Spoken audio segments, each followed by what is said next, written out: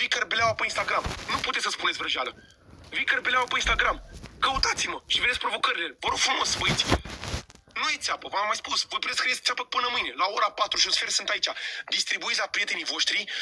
Distribuiți la prietenii voștri. E bine că lumea mai și intră. Distribuiți la prietenii voștri.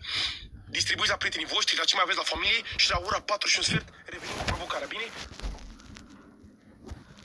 Mamă, 21.000 de oameni. V-am spus, băieți.